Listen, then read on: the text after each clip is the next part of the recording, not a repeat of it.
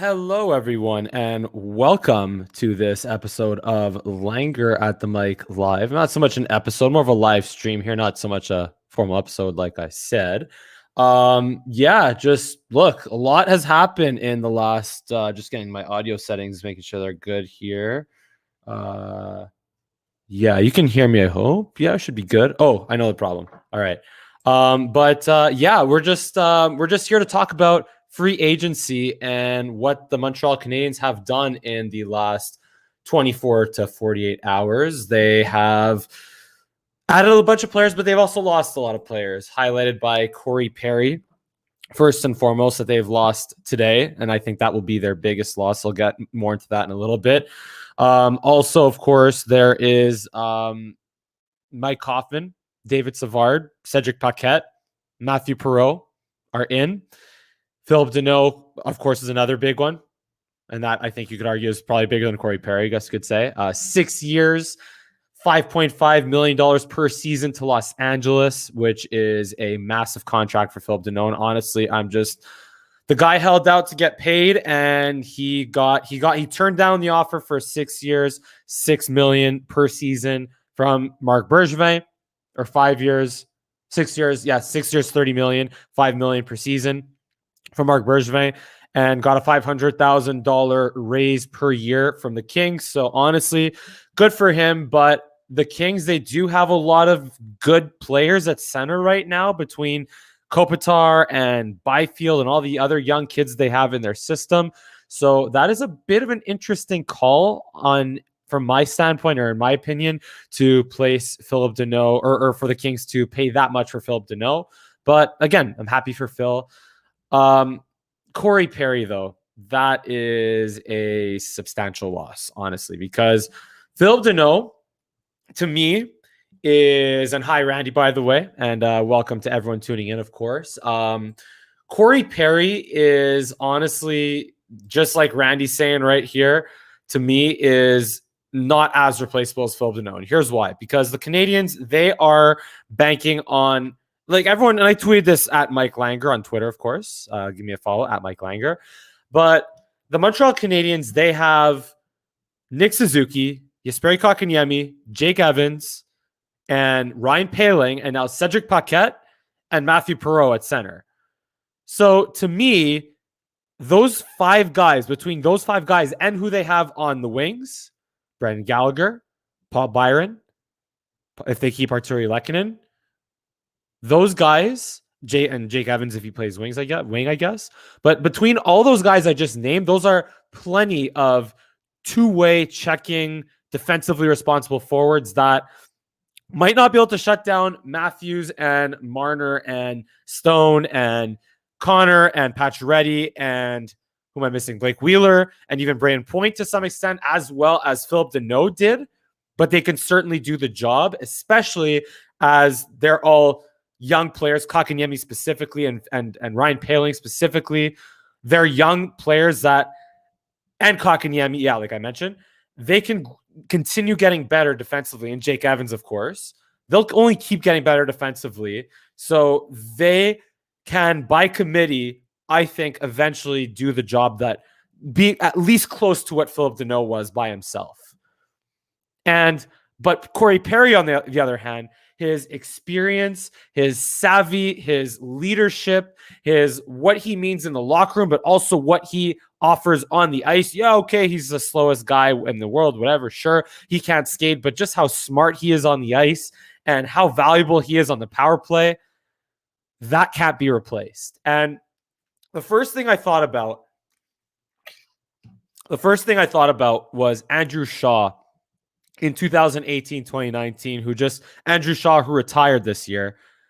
And I'll get to comments in a bit, of course, but Andrew Shaw, who retired this year, when he, obviously health was part of it with the concussions and all of that, but the fact that he did not get replaced adequately by Marc Bergevin and the Montreal Canadiens after that 2018-2019 season. He got traded to Chicago because, again, he had to miss a couple of games, but just what he meant to that group, to that locker room, and also as a special teamer on the power play and on the penalty kills, a guy who could win faceoffs, is a guy that could play wing, center, 5-on-5.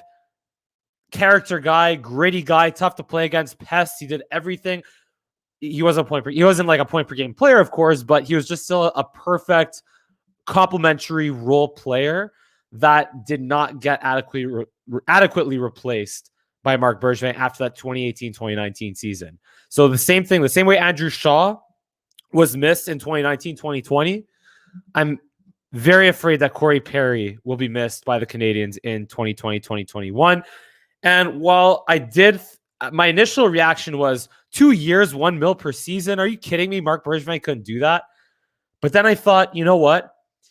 And I was like really, really upset when I saw that was just $1 million. So it's like, come on, why couldn't he stick around for $1 million for just $1 million a season?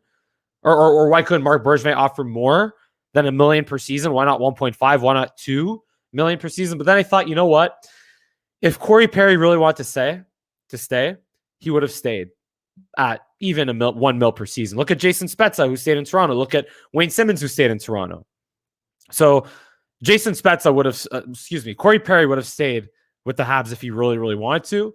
And if he did stay for $2 million per season, then, and not for 1.5 or 1, if he did stay just for the money and not because he actually wanted to, well, then he would not have been as valuable compared to if he wanted to stay for the money and because he wanted to stay. So you know what? He's off to Tampa, which means that he lost 2 years, 2 years in a row, the Tampa Bay Lightning in the final. So that either means Tampa Bay is going to lose the Stanley Cup final or Tampa is just going to win it all because Corey Perry will help them win it all. Yeah. And I was just also thinking again back to his postseason press conference shortly after the Habs lost in the final. And the fact that he was all like, just very emotional and just saying how he wanted to get the full Montreal experience next year. Yeah, it's easy to say, yeah, he's full of BS at the time. But he was also, that was just like 24 to 48 hours after they just lost Game 5 in the Stanley Cup final. And after everything that they experienced in the playoff run. So, and a lot has changed since then. So, look, he as a free agent that did not sign with Montreal, he had the right to make that decision to sign elsewhere, and he signed with Tampa. So, we love him for the time that he was in Montreal, but now we could start hating him for what he will be in Tampa. And yeah, defense though, David Savard. Let's talk about, let's talk about David Savard first. We'll get back to Mike Hoffman in a little bit. And we're going to play some cap friendly. We're going to play some line combinations. So I want to hear your input in the comment section on the line combinations. And yes, Jack Eichel. I guess we'll get to Jack Eichel in a little bit as well, just because we have to. I'm pretty strong on the fact that Nick Suzuki and Cole Caulfield are absolutely untouchable in terms of Jack Eichel. But are other guys untouchable? We'll get to that in a little bit. But first, Mike Hoffman, honestly, I don't hate it. I kind of like it, actually, because Mike Hoffman has scored 20-plus goals per season every year since 2014, 2015. So that's, like 6-7 consecutive 20-plus goal seasons, whatever. You could do the math anyway. And then last year he had 17 goals in, I think, 56 games, which is the equivalent of 20-plus goals in a 82-game season. He had 36 points also, by the way, in those 52 games. I believe it was 36. But he's a guy that is a finisher. And while he might not be as, like, Thomas Tatar might be the all-around better player, but Mike Hoffman is a guy that can score goals, who's a good skater, shot-first mentality, and fulfills a need for scoring on a team with skill guys like Suzuki, Kakanyemi, Caulfield, of course, who's a scorer, but then also Drouin.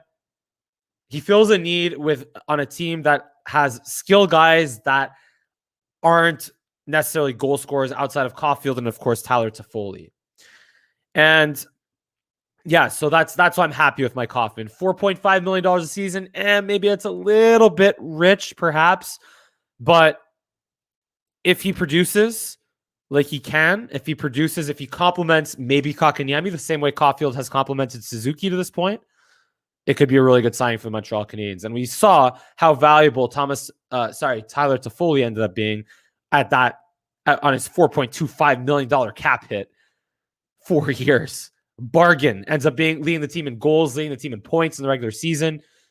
Great signing by Marc Bergevin last year. Mike Hoffman, higher cap hit, but less term, could also be a very good signing. Could also be a very bad signing, but let's think optimistically for now. Shea Weber, obviously terrible news on that front. And I spoke also, catch me on Au Balotage. If you guys speak French, I was on No Réclamé Au Balotage with JF, Pat, and Matt. So I'll add that in. I'll add that as part of my videos, and you can check that out. We talked at length about Logan Mailloux, which I'm not going to talk about too much right now because I have already talked about it at length, and obviously I made my own video about it, so you can go check that out. But yeah, so I was with them. But yeah, going back to Shea Weber though, is David Savard going to be able to adequately replace Shea Weber? By the way, I love that deal. By the way, I love the fact that he's on a $3.5 million cap hit with the way that Suter and who else was it? It was Suter. It was Goligoski. There was Dougie Hamilton, of course, who went to New Jersey, who I would have liked that rate of $9 million. I would have been okay with it. But the fact that the Habs were able to get David Savard at $3.5 million, and of course Alec Martinez, who got like friggin' paid by Vegas. So the fact that they got that they got David Savard at $3.5 million per season for 4 years, basically the Joel Edmondson contract, when Joel Edmondson, you can argue, is a little bit more valuable to the St. Louis Blues compared to David Savard to the Tampa Bay Lightning. But yeah, that's a good deal. But I'm still concerned as to whether he can be that leader and that as good of a big minute eater type of player that Shea Weber was. I'm concerned about that, but it's still a good add for their blue line. And of course, the forgotten guy, you could say, Chris Weidman, as a right-handed bottom pair defenseman. Hasn't done much in the NHL, but his production in the KHL, could he translate that now back to the NHL? We'll see. He could be a good surprise he could be a Mike Weaver type of player, maybe, but with more offense and less defensive responsibility. He could be a decent third pairing right-handed guy. But he could also be maybe an inconsistent, unreliable 6th, 7th defenseman or 8th defenseman as well. So, yeah, that's pretty much it. Cedric Paquette and Matthew Perreault are pretty much the similar types of players where they're both decently, they're just defensively responsible players who are also versatile wingers that can play, or versatile forwards that can play left wing, right wing, center, decent at faceoffs. Matthew Perreault is decent at faceoffs. But then again, I'd like to think that Ryan Poehling will be good enough to take away opportunities from them, or at least that Ryan Poehling could play at center while Paquette or Matthew Perreault could play on the wings. But knowing Dominique Ducharme, I don't know if we're going to see that with how he can't handle Kotkaniemi at least. But if Ryan Poehling then again could, play well enough at center in training camp and in the first couple of weeks of the season, obviously he has to recover from the wrist surgery that he underwent, but maybe he could be a really good option for maybe he could outplay Paquette and Perreault and earn that fourth line role. And maybe, look, the bottom line is between Paquette, Perreault, and Evans, they're three guys and Poehling, of course, they're guys that can all play center, but they could also play on the wings, and they could end up being pretty valuable in the bottom six. And of course, Cedric Paquette is a guy who won the Stanley Cup with the Tampa Bay Lightning recently. So let's get to some comments before we get into a little bit of cap friendly line combinations, and also maybe some other moves that the Canadiens can make. So where am I at? Let's see. I wonder. Just going back to some Corey Perry comments there from Dixon Automotive Group and Randy. By the way, shout out to anyone else in the comments. What's it called? Just seeing. What else is good? So Yoel Armia, Randy. I'm going to ask you this. I want to talk about Yoel Armia. He got Paul Byron money, by the way. I think it was 4 years, $3.4 million. With Yoel Armia, let me ask you guys this. Would you have preferred signing Corey Perry and letting Armia walk, or are you okay with Armia staying and Perry going? Again, some factors are a little bit out of the Canadiens' control. The fact that Corey Perry maybe wanted to play elsewhere, and the fact that Armia wanted to stay. But to me, I personally, at least right after the Stanley Cup final, if you had told me the Habs can only keep one player, Corey Perry or Yoel Armia, I think we'd all say Corey Perry, especially at $1.52 million versus Yoel Armia's 3.4. Yoel Armia, don't get me wrong, great guy for the penalty kill, good fourth line guy, but again, I still think that Josh Anderson can provide what Armia does, at least from a size, net front presence, and guys like Lehkonen, Evans, now Paquette, now Perreault can do what Armia has done on the penalty kill. But yeah, that's an interesting point of discussion. And Jack Eichel is a star player. So let's talk about Jack Eichel a little bit now. So Jack Eichel, honestly, I'd say, like I said, if it's Caulfield or Suzuki going the other way, it's a hell no for me. But here's the thing.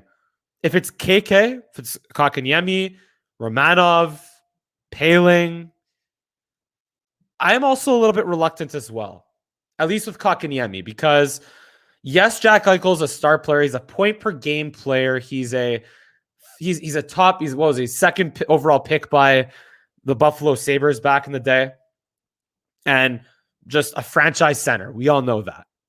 But here's the thing. What about his neck? What about his injury situation? What about the fact that his production wasn't good enough to carry the Buffalo Sabres into the playoffs throughout his entire time while he was there? What about his contract? What about 8 years, $10 million a season? What about the no movement clause that kicks in for the next, 3-4 years from now? What about all that? So if Jack Eichel isn't a point per game player, and how is he going to perform in the playoffs? Because we all know the difference between playoff performers and non-playoff performers. And we saw firsthand from the Toronto Maple Leafs and the Winnipeg Jets and the Vegas Golden Knights. The guys that can produce in the playoffs that produce in the regular season, but can't produce in the playoffs. So to me, with Jack Eichel, you got to think of it this way.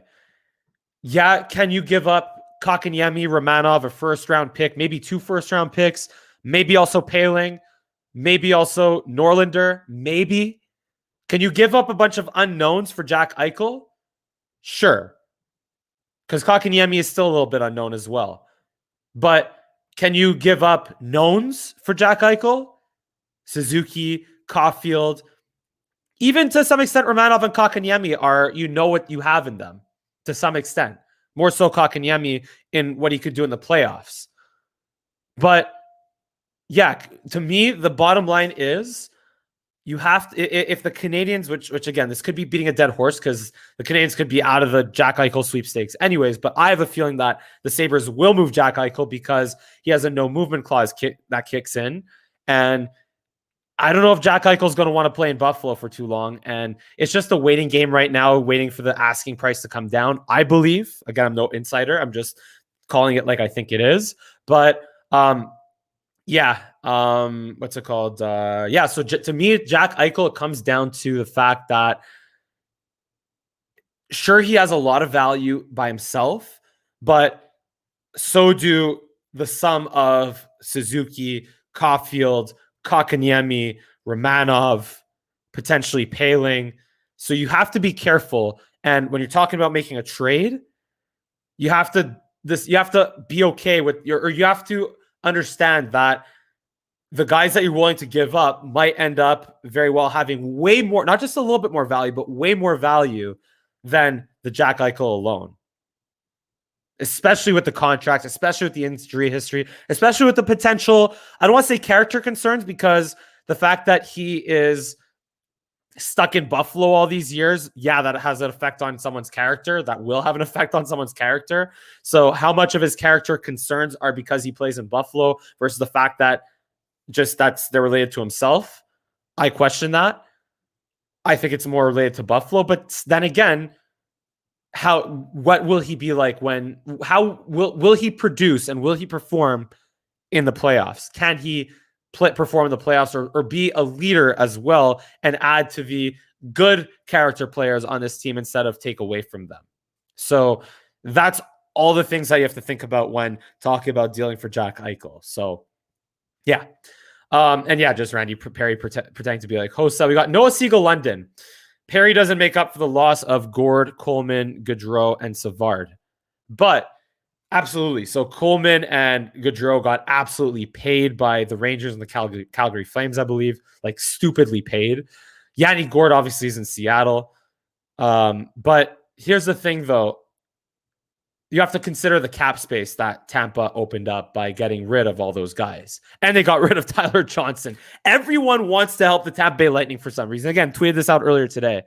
But everyone wants to help. The entire NHL seems keen on wanting to help the Tampa Bay Lightning for some reason. So, who acquired, I think, the Brent Seabrook contract, and they could just pop him on LTIR. Why not? So, yeah, that's frustrating. But I will say this, though. Perry might not be able to account for the loss of all those players, all those 4 players, but Perry can surely step in and be more than, can he do what he's done in the last 2-3 years in the Stanley Cup final, being like Marian Hossa, I guess, and being on the losing end of things. But yeah, just at least he won his cup back in 2007 with the Ducks, but he can definitely replace one of those guys at a much cheaper deal than what they just got paid. So yeah. You would gut your, so yeah, Dick's Automotive Group, we already talked about this. I would not gut my roster to get Jack Eichel because that's what essentially Buffalo is right now. They have gutted their roster and they still have Jack. And even then with a gutted roster, even when Jack Eichel was healthy and producing, he was not good enough to lead, him alone was not good enough to lead the Buffalo Sabres to the NBA playoff, or the NBA playoffs, nice, to the NHL playoffs, never mind win a playoff series. So that's why I would be very reluctant to, or that's why I am hesitant to look for or to make a move for Jack Eichel personally, unless it's at the right cost. I'd say at most maybe Kotkaniemi, Romanov, maybe Paling, a first-round pick, and another prospect defenseman that hasn't played in the NHL yet, potentially Logan Mailloux, sure. Yeah, those guys, like I'd go for, it'd have to be a sum of parts than Jack Eichel, than Suzuki and Caulfield and all that. So anyway, what else here? As much as Hoffman adds goals to the roster, Habs need more than Drouin to pass to these scorers like Anderson, Toffoli, Gallagher, Hoffman. But here I will tell you this: Suzuki, and you talk about star players. Nick Suzuki. They're banking on Nick Suzuki and Kotkaniemi becoming star players, or at least Suzuki and Caulfield, and Kotkaniemi being a number 2 centerman. That's what they're banking on, at least right now. And they're insulated by Paquette and Evans and Paling and Perreault, who can all step in at center as well. So that's good. But yeah, Drouin, Suzuki, and Caulfield can all feed those guys. And I'm not worried about that, honestly. So the Habs now, that's what I'm saying. It's like they lacked scoring before, but like when they had Tatar, they still lacked a little bit of scoring, but maybe Hoffman, who might not be as good of a player as Tatar, could be a better goal scorer, and that's what the Habs would need. So it would fill a need better. They would want Suzuki and Caulfield plus Romanov prospect and 2 firsts. So yeah, like if that's the asking price, like I said, I'm absolutely not in on that for Eichel. Beat out Alahi. I like the moves, but I feel like adding the players, there's no room for players the Habs drafted to make that lineup. I just depends on what players you're talking about. Depends on whether you're talking about like Norlinder or Romanov or I guess Brook. Also, you can say on defense. Yeah, like on defense is a little bit of a different story. I think they're just defensemen do take a longer time to develop than wingers do. Centermen take some time to develop as well. But yeah, just I still see I'm willing to be okay with what the Canadiens have built at center, with Marc Bergevin. The Canadiens have built at center so far this offseason. Can they get more star power? Can they get more flair? Sure. But that's not exactly the intention of this roster, I don't think. because that's how they got to as far as they did in the playoffs. And again, they might just have the star players that they need in Suzuki and Caulfield potentially to at least make the playoffs and maybe win a round or two. So we'll see. And they could keep getting better. So anyway, what else? But I will say that the big losses of Corey Perry and on defense, I'm more worried about the loss of Corey Perry and the loss of Shea Weber on defense, at least what he means as the captain and as a guy who surely can still eat big minutes, even while injured at this stage of his career. Whereas David Savard did so in Columbus, but not effectively recently, at least. So that's where I am worried about, at least on the defensive side. What else over here? We have, what is the point of drafting so many players? The draft wins some chances. Honestly, in terms of drafting players, you're just trying to throw darts at the board, just trying to throw darts at the board and develop them. And the best ones, hopefully one of those many players will stick and you'll be able to, hopefully one of them will stick and pan out. And that's the goal. So there is something to be said about all the French players that were signed. I will agree on those that are saying that this is a bit of a political move to sign Paquette and Perreault and Savard and all these guys. But here's the thing. Those players, they also do fill a need, and they were all signed at very reasonable contracts. Paquette and Perreault were signed at under $1 million. David Savard, with what the defensemen were getting paid, signed at 3.5. So again, sure, there are a lot of French players getting signed, of course, but at least at decently affordable rates. Where am I at right now? I lost the comment here. Just going to scroll down a little bit because I want to get to our line combinations game on Cap Friendly. Savard and Romanov would be a good pair. Don't go in the corner, lol. We'll play that game once I go on Cap Friendly. So we'll see that in a little bit there. Dixon Automotive Group. What else we have here? Savard, does that mean only one spot left is already a given? Again, that's a numbers game we'll play on Cap Friendly. Love Armia. Perry's 36. Armia is a puck controlling machine. Anderson's job is more offensively. Kind of, but I would say he's just more of an emotional guy that skates and hits and creates. But you could count on streaky offense from Anderson, but from a game-to-game basis, you'd have to count more on. You have to count more on just consistent skating, speed, hitting, aggression, leadership, and all that. And just you'll have to live with him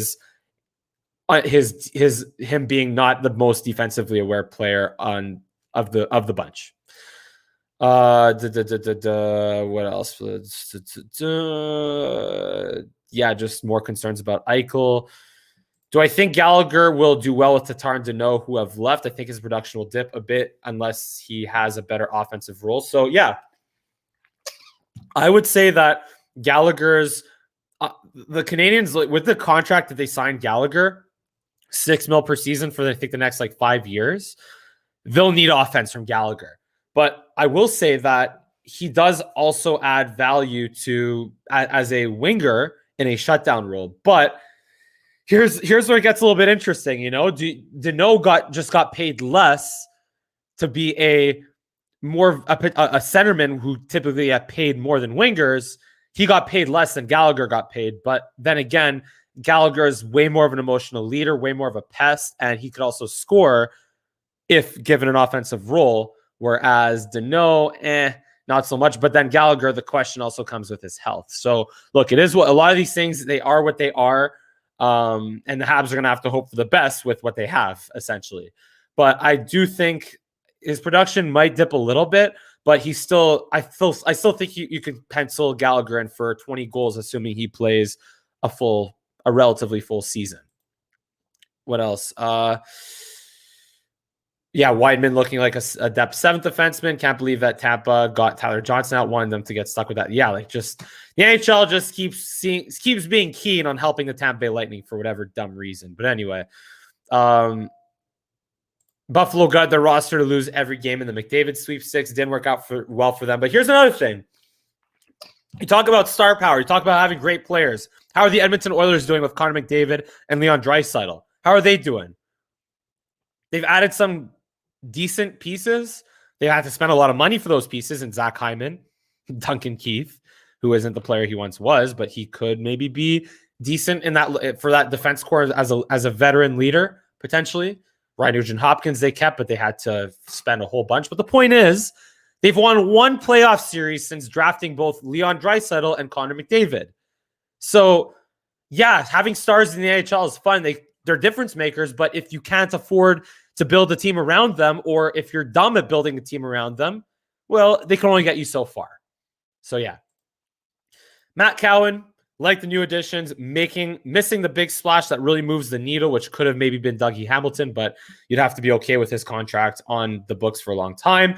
Could come later on this year, depending on the development of the young core. And that's, again, what they're banking on. Hopefully, could one of these young players, Suzuki, Caulfield, maybe Kotkaniemi, maybe Poehling, be someone that ends up being a star player? Maybe. We'll see. I feel good about Suzuki and Caulfield. Everyone else, we'll see. Will Kotkaniemi be Sheldon Weisberg? Will Kotkaniemi be ready for an expanded role this upcoming offseason? Can't agree more with losing Perry. I mean, look, Kotkaniemi will have to be ready for that role, Sheldon. He will be. He'll have to be. Marc Bergevin didn't seem very confident in his response when asked about Kotkaniemi. I think it was Arpon Basu that asked him that question in terms of can Kotkaniemi take on a top 6 center role. We'll need to see more consistency out of him. We'll definitely need to see more consistency out of him, but I do think we need a little bit more patience. Dominique Ducharme needs to be more patient with Kotkaniemi because he was patient with Suzuki, who, let's be real, Suzuki did struggle a lot this year. He struggled a lot this year. His highs were higher than Kotkaniemi's highs, and his lows were perhaps not as low as Kotkaniemi's lows, but that doesn't mean that Suzuki didn't struggle this year. So, yeah, that doesn't mean so if Kotkaniemi can get the opportunity to play, just living to be okay to make mistakes. If Ducharme would be okay with Kotkaniemi's mistakes and give him the confidence, like just be like, yeah, you know what, it's okay. We're still going to give you the second line center opportunity. I'd like to think Kotkaniemi will reward him for that. Where am I? I think I scrolled down to the bottom. By accident. Where am I? Love the suit and the tie, Tucci. Yeah, Stanley Tucci, of course, commenting on Sheldon's thumbnail. Hope these new players click well together because last year's group was so tight as a family. And that's, again, my concern is I don't care what all the stat heads and analytic people say. And they're right. They're absolutely right in terms of assessing player value individually. But there are so many intangibles that have to be accounted for the vibe and the chemistry as a team in the locker room of a team and an organization that leads to winning, of course, in the regular season, but more so in the playoffs. So that will be extremely important going into next year. One or two more comments before we play a little bit of Cap Geek here. Oilers better than the Leafs. Yeah, I agree. It's another great example there. The Leafs, of course. Sheldon or Stanley Tucci. I just remembered I figured Hoffman would sign in Montreal last offseason on the show. Just you're off, though. Yeah, I mean, he signed with St. Louis on a bargain, but he still produced for St. Louis. So, yeah, at least in the regular season. Randy N. Wouldn't like Dougie Hamilton with the big contract, would have ended up with a Shea Weber type. But here's the thing. Dougie Hamilton's getting paid till his mid-30s. Shea Weber's getting paid till he's beyond 40. So that would be a little bit more beneficial. I think that contract, look, it's a higher cap hit and could also end up being a bad contract. But if Shea Weber, again, God bless Shea Weber, but at least from a pure dollars and cents standpoint, I think that the Hamilton contract will not be as bad as a Shea Weber contract from a pure cap hit standpoint. And yeah, Hamilton doesn't drop the mitts like Webb, but whatever, fighting is whatever. Yes, don't forget the line combos game. Okay, let's do that right now. So I'm going to share my screen. We're going to play some cap friendly here on Langerr at the mic live. Let's just pull it up over here. There we go. Got our little cap friendly action going on here. So right now, this 23 grand that the Habs have to spend in cap space, that will be easily solved by doing this. Oh, it was a terrible whistle. There we go. Shea Weber on LTIR. God bless him. Hope he comes back healthy, maybe the year after. But it's very unlikely that he'll play this year. So that's basically what you're looking at on the Montreal Canadiens roster right now. Still 7.8 mil to spend. Again, I don't think I'm going to do trades because we've talked a whole lot about free agency today. Maybe trades will be when we're all really bored later on in the offseason. But again, we got NFL training camps going on right now, and I haven't spoken a lot about the Dallas Cowboys right now because I've just honestly been really, really busy. But I'm still going to do Cowboys post-game shows. I still will do that. Maybe I'll do them for the preseason as well. We'll see, but definitely for the regular season. So stay tuned for that, NFL fans, in the comment section and tuning in. Now, so let's play this cap-friendly game right here. I will sign Kotkaniemi and Lehkonen just for the sake of this exercise. Kotkaniemi will be 2 years. I've talked long and hard about Kotkaniemi's contract. I think 2 years, 2.4 mil is more than enough and very realistic. And then Lehkonen will be I think it'll have to be 1 year to keep him in. I think actually Lehkonen as what is he, 26 years old? Yeah, he'll be a UFA regardless. Let's say about 2-3 years, and maybe give him a little bit of a raise at like 2.6 mil. Even that's a little steep for Lehkonen, which again, we're pushing on the cap space right now. So many forwards right now that I don't know if they'll all be on the roster here, especially considering adding Ryan Poehling right now. So let's add Ryan Poehling as well to the mix. I'll give him, let's say, 2 years, 1.25 mil. There we go. There's Poehling. All right. So here's what we're looking at right now. It's a full roster. It's definitely a full roster, but yeah, let's just start putting things together right now. Let's start from the net out. So obviously Carey Price, Jake Allen, and Caden Primo somewhere down there if necessary. Yep, there he is. So on defense, I'd like to see Romanov on the left side. I think that's where Chris Weidman could honestly be very beneficial and very helpful. But here's the thing, though. As much as we talked about it before in the comment section, and as much as I want to see Romanov be placed here with David Savard and bump Ben Chiarot down to the bottom pair with Chris Weidman for better balance, knowing the coaching staff, they're definitely going to put Ben Chiarot with David Savard the same way they put Ben Chiarot with Shea Weber for the last 2 years. So I think realistically, this is the blue line that you're looking at. Maybe you could slot in Kulak for Weidman and then put Romanov on the right side over here. But yeah, I honestly, I'd want to see Romanov and Weidman together while Brett Kulak is the odd man out, just so that everyone's on their comfortable side. And I want Romanov to get the bloody opportunity to stay on his left side. Same thing with Kotkaniemi. The same way we all want Kotkaniemi to get the opportunity with consistent wingers. And that's another thing with Suzuki, is that he got consistent wingers, or much more consistent wingers than Kotkaniemi. So that's, I think, going to be key for Kotkaniemi this year for him to be consistent, is give him consistent roles, give him consistent wingers, and mix it up with Paquette, mix it up with Perreault, mix it up with Evans a little bit more, because they're also more versatile players in themselves anyway. And Kotkaniemi's your third overall pick, who can potentially be a really good second line center, but he has to prove it, but he needs the opportunity to prove it. So let's slot them all in here. So Kotkaniemi, let's put Suzuki here, and I'll get to the comments in a little bit here. But let's just put guys in order here. Suzuki. Let's put them in order in terms of depth chart first, and then we will play the whole line combination game. So it's center. Center 1 is Suzuki. Center 2 is Kotkaniemi. Center 3 is Evans. I'd say Paquette is center 4.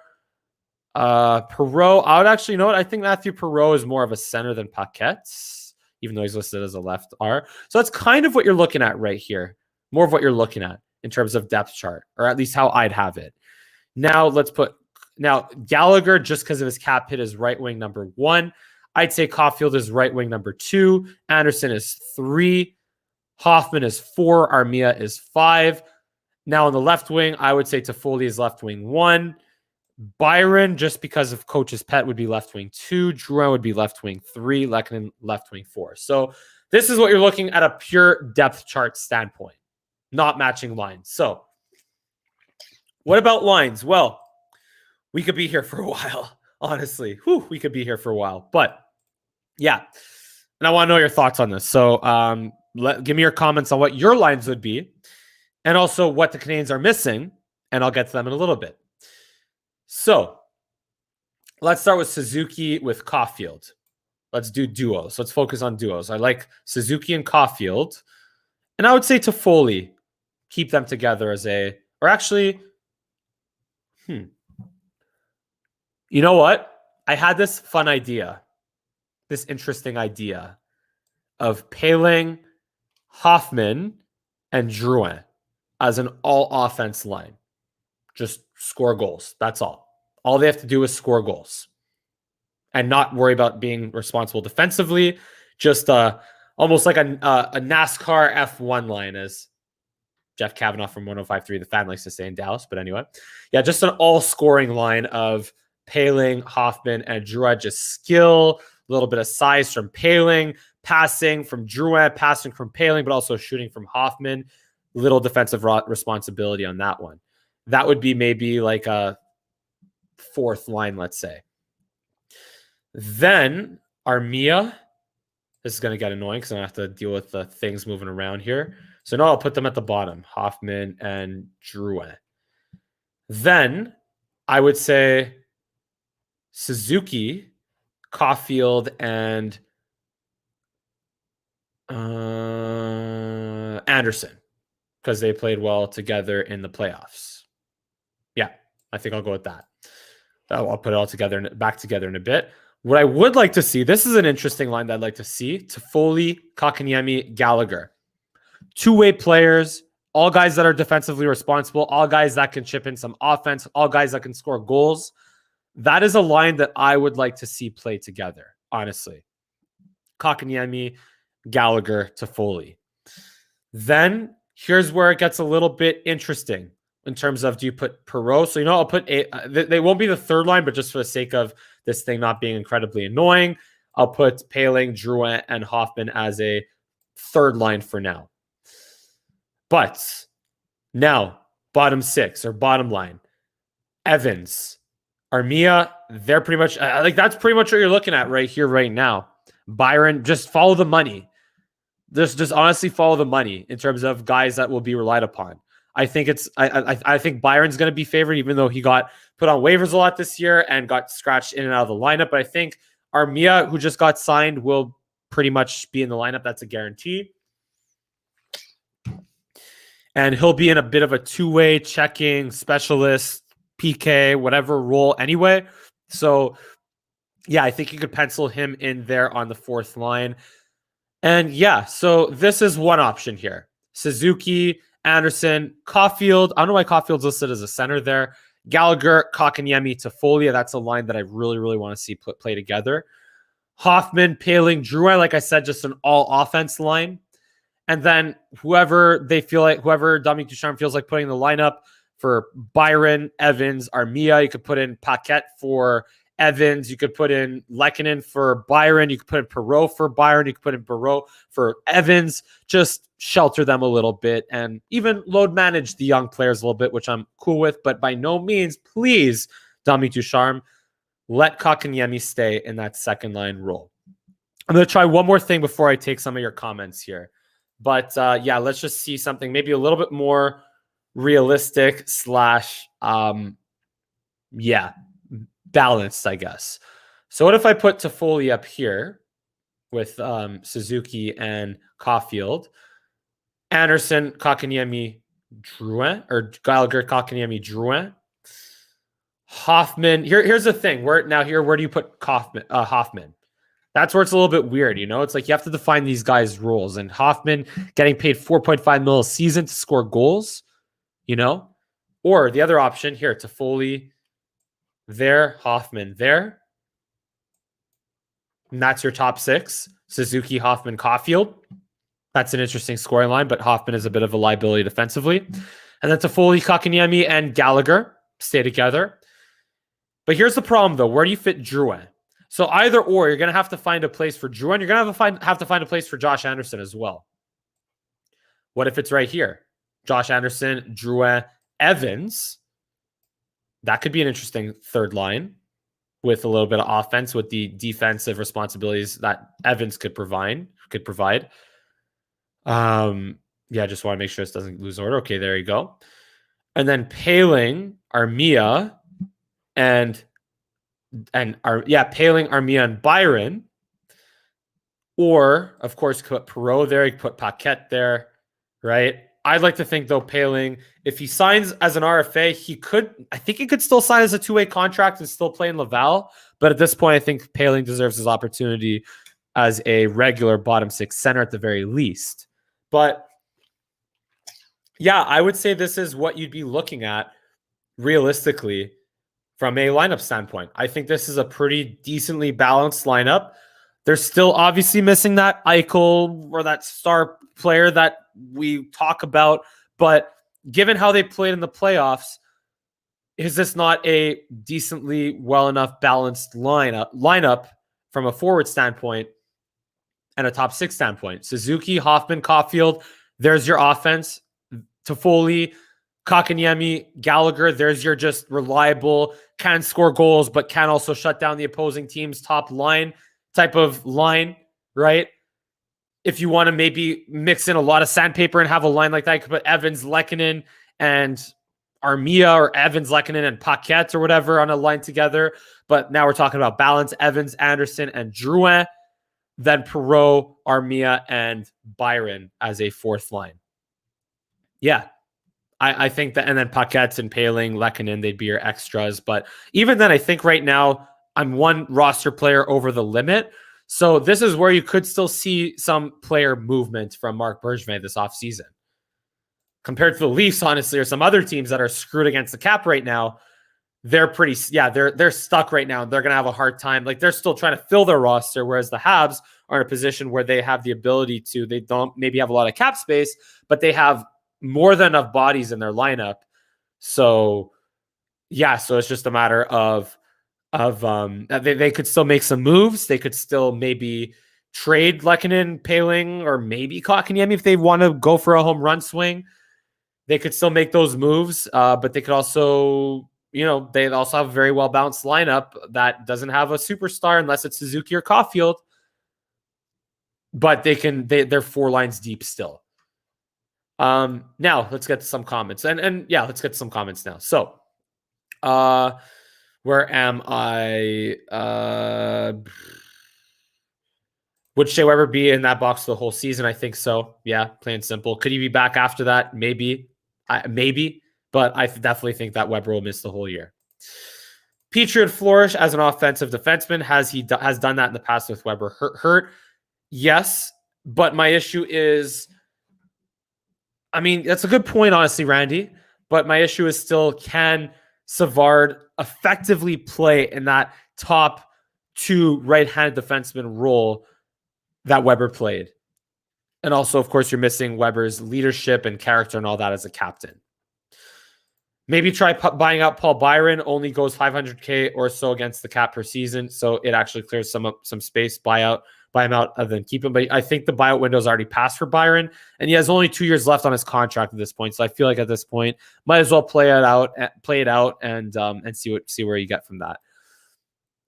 Suzuki, Toffoli, Caulfield, kind of like already have, but again, I feel like with Suzuki and Caulfield, you want you have to ask yourself, do you want that line to be a two-way, like a balanced goal scoring, but also can play on against the other team's top lines type of line, or do you want them to just be all focused on goals?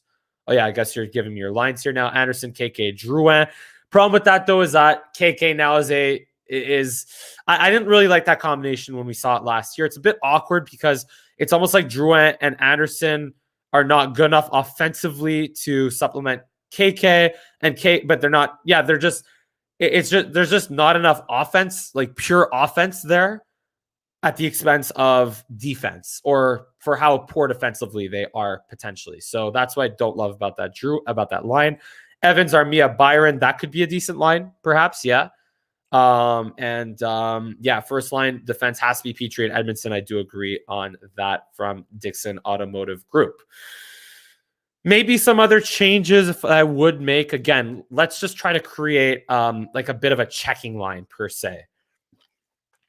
So let's say Byron over here. Let's say Lehkonen over there. Maybe like that. But then you have to find a spot for Drouin. Or what came up? Evans, Armia, Anderson. I mean, that's the other thing. Like the problem is Josh Anderson's making a lot of money to be a fourth liner, but that's not a bad spot for him with Perreault and Armia, or potentially Poehling. That's an interesting line right there. But then also you need a spot for Drouin. Where's that spot for Drouin? Because Hoffman's up there with Suzuki and Caulfield. Yeah. It's tough, man. It's honestly tough. Drouin, we know Drouin's not a center anymore, so I wouldn't by any means play him at center. Maybe this and that and Armia sits. I don't know. Maybe Armia goes there and Anderson goes there. Maybe, I mean, yeah, again, for the money that Anderson's making, he's got to be in the top 6, but I honestly don't think I don't think he belongs in the top 6 per se, given what Hoffman's making, given what Toffoli's capable of. Yeah. What are you guys thinking? Now that I look at the roster on paper, I think Bergevin could be planning something. There seems to be like too many bodies. Yeah, exactly. Like I was saying, Noah, don't see how Poehling gets in the top 12 forwards when he was on the outside looking in. I mean, yeah, but here's the thing. You talk about having young centermen and giving them the opportunity. I think Poehling deserves that opportunity for what he did in the AHL last year, even with his wrist injury. I think he deserves it. He'll have to really impress, like Sheldon's saying. We'll have to really impress at camp to earn a spot next season. Or this season. Next season, he for sure makes it. Yeah, I guess. I just, he has to earn that spot for sure. But also I think he deserves a little bit of leeway for that fourth line center spot. Yeah. Drouin, again, maybe what if we put this back together? This is going to get annoying if I do that. Yeah, already got annoying, as you could see. Suzuki, Caulfield, yeah, just friggin' bleh. This all got messed up now. Byron over here. Let's see. Gallagher. I really like the look of Toffoli with Kotkaniemi and Gallagher. That's a line that I think just insulate Kotkaniemi with good veteran two-way forwards that can score goals, but also be decently responsible defensively. Drouin up there with maybe Drouin with Suzuki and Caulfield. What's it called? Evans, Armia, Byron, and then Paquette and Perreault maybe sit. Evans, Byron, Armia, or Evans. Yeah, maybe Evans, Byron, Armia would be a decent shutdown line, but I think Lehkonen's more of a shutdown guy anyway. Where am I with who was I think? I had Drouin, Toffoli. Still missing Hoffman now. He has to go up there. Maybe Hoffman, Evans, Armia here, Drouin, Poehling, Anderson. Yeah. I mean, look, like I said, there's options here with what they have so far. There's options. There's options for sure. But let me ask, let's end this by answering the $1 million question. First, let's just end it with a bit more of a ideal lineup.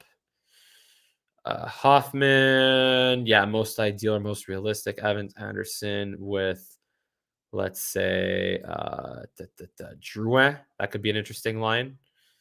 And then let's say Perreault as a centerman, or you could put Paquette there as well. Armia and Byron. Yeah. Okay. I'll live with that.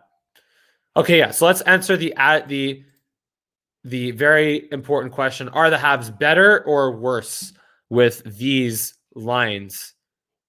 I'll get out of the way. Are the Habs better or worse with this lineup than they were making it to the Stanley Cup final with the lineup they had?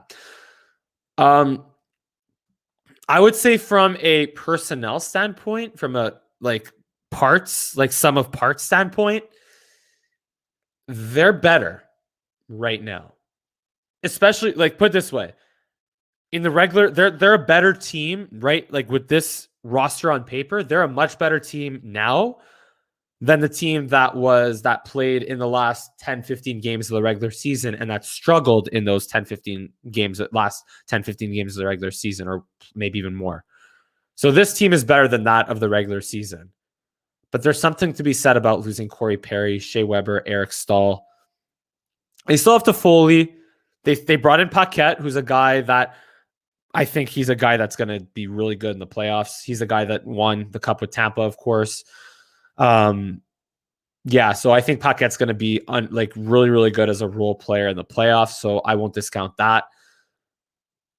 And Savard obviously brings a cup-winning experience from Tampa, but just again, what Weber, even Stahl, and Perry brought to the locker room, I just losing that.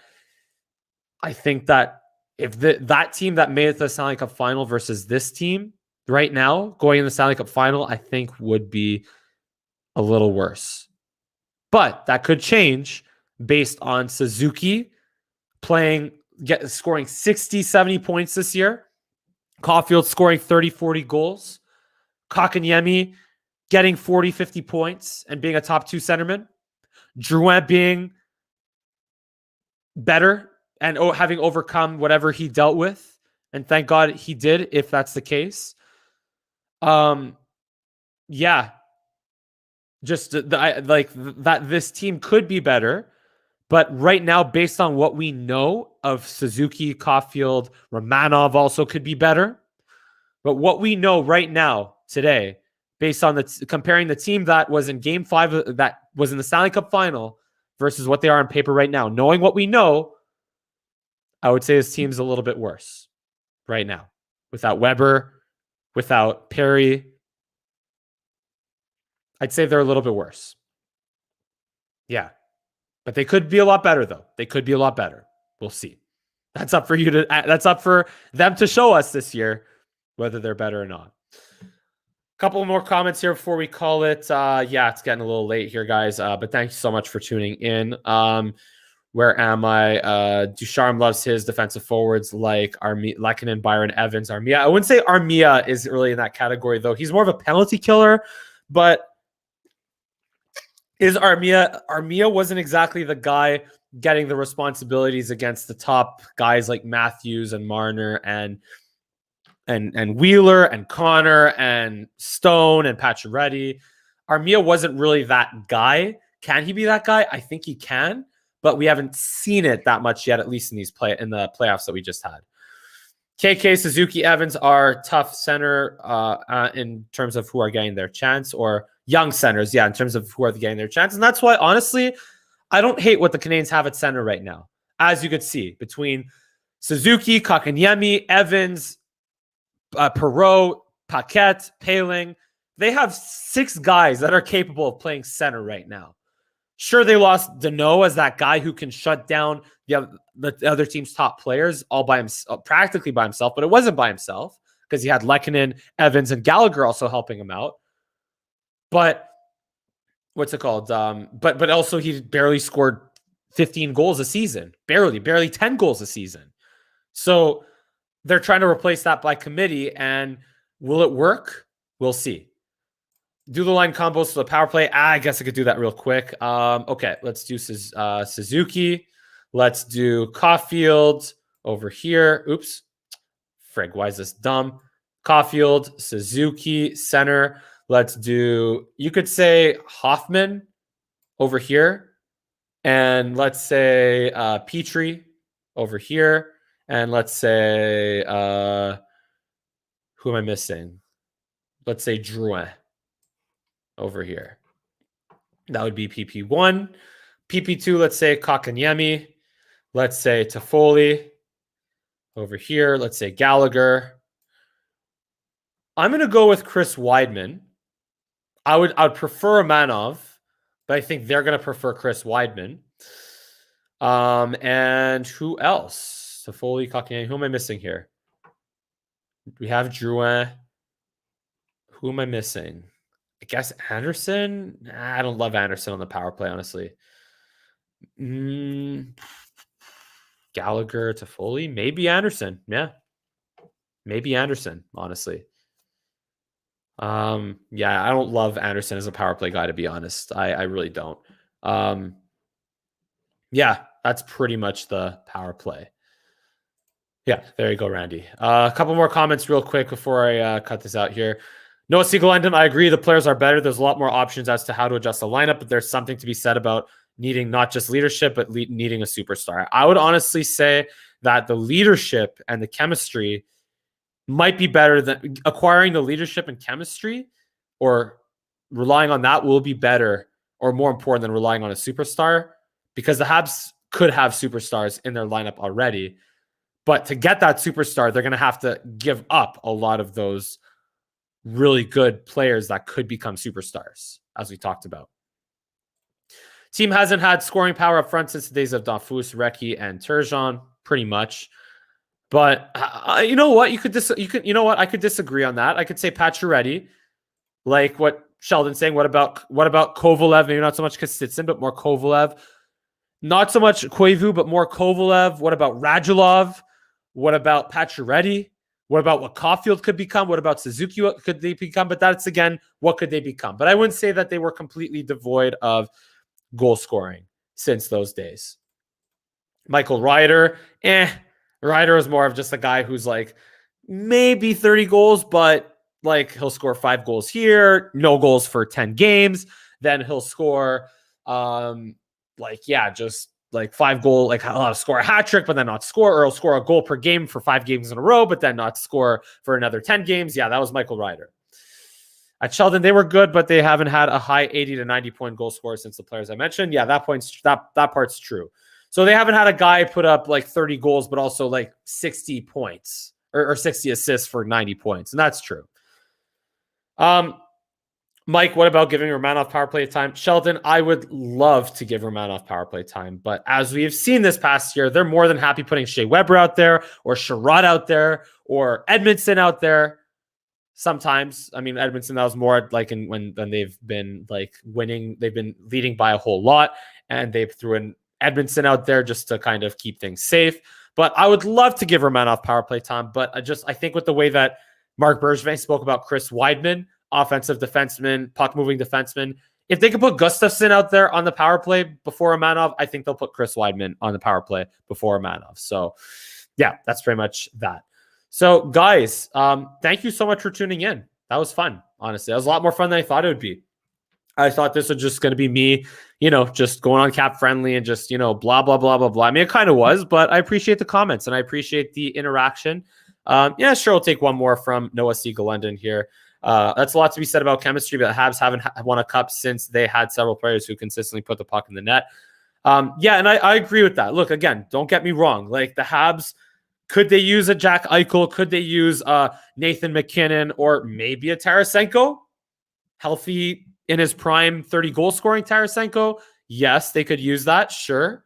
Let's go, boys from Sarah Anderson, or let's go Blue Jays. Yes, I'm going to the Jays game tomorrow. Sarah A and myself. So I'm looking forward to that. But yeah, what was I saying? Yeah, so can the Habs use a David Pastrnak or a Braden Point or a Kucherov? Absolutely they can.